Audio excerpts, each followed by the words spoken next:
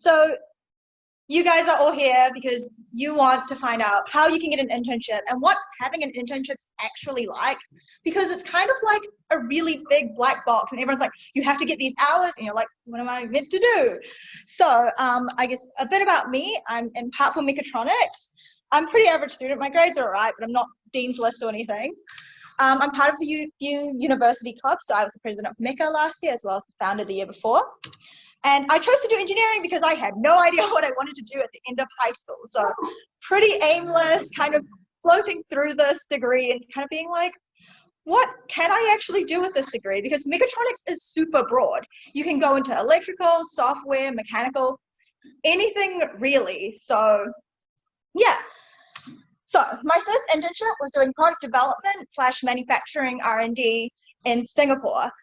So I was lucky and I had family connections in Singapore, so I went back to Singapore to do it. And it was in a really small company working on digital PCR machines. I'm guessing no one knows what a digital PCR machine is, but you might, because it's actually how they test for COVID. So they use this process to essentially amplify different things like DNA or like, that kind of thing. Very biology heavy. And I haven't taken biology since year 10, so I was really stressed. So basically for that, I did research into test equipment stability. So it was a research project over time that looked at light exposure and the effect of materials on that, because basically there's this thing called a reader and it shines a light to take a picture. If the light's too bright, you're not going to see anything, and if it's too dark, you're not going to see anything. And so that project was really data heavy. And then I also developed an internal manufacturing process that they use to produce their consumables. It's not that exciting, but it was really cool because I did a lot of CAD. I worked almost entirely on my own for this project, so it was quite intense being given such a specific project and being like, just do something and get it to work. So that was fun, but it was really cool because I did a lot of CAD and a lot of rapid prototyping, 3D printing, that sort of thing. And my second internship was project engineering / kind of management at Honeywell in Freeman's Bay.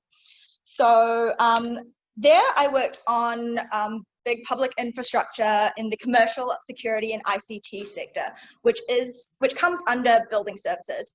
It's not what you think of when you think building services, but obviously security is very important.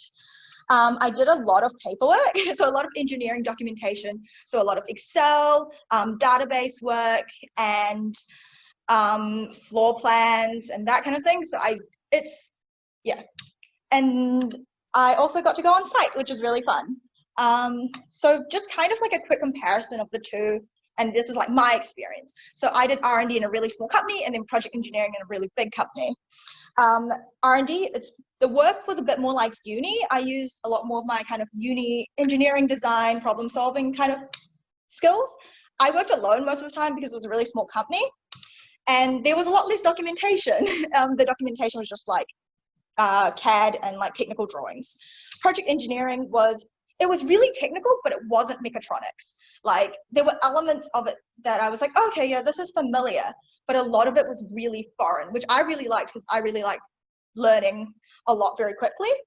There was more of an emphasis on soft skills and working in a team. So I coordinated with people from other countries to try and get all this documentation pushed through. And it's a lot more about teamwork and stakeholder management and that sort of thing. Bit more 303. It's kind of like consulting, but kind of more technical. And yeah, more documentation. Cool. So the tips. I kind of broke it down into 3 steps, as you can see. The first part is preparation. So getting your CV checked, writing a good cover letter, doing your research on the company. The part I found really hard though was finding companies to apply for. So it is really hard because there are so many companies out there and you just don't know. Especially like in second year, you assume everything's product development. There's so much other stuff out there that you can go into. And so one really good way is to talk to people because maybe they did an internship somewhere that maybe you can apply to, or they have an email for someone. Obviously the big companies and small companies.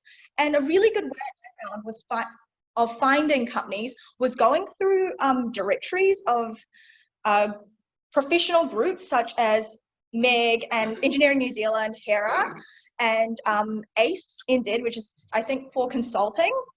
And you can find like smaller companies through that, and like they'll have an email, and sometimes, you know, you can just send them a cold email. I've actually gotten responses from that, so that's pretty cool. Yeah, and then once you get the interview or like any sort of follow-on, there are a bunch of psychometric tests, which are basically the ones with the like patterns, and then they're like, what's the next shape? Just think of like your problem solving.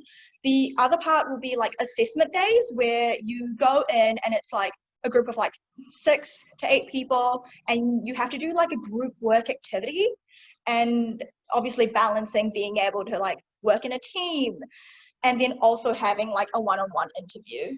So that one of the things that I found the most important in an interview is to practice. So like attending things like speed interviews that MECHA holds, or, you know, Engineering New Zealand also held practice interviews. Those were really, really helpful in just gaining confidence for me to like speak to random people.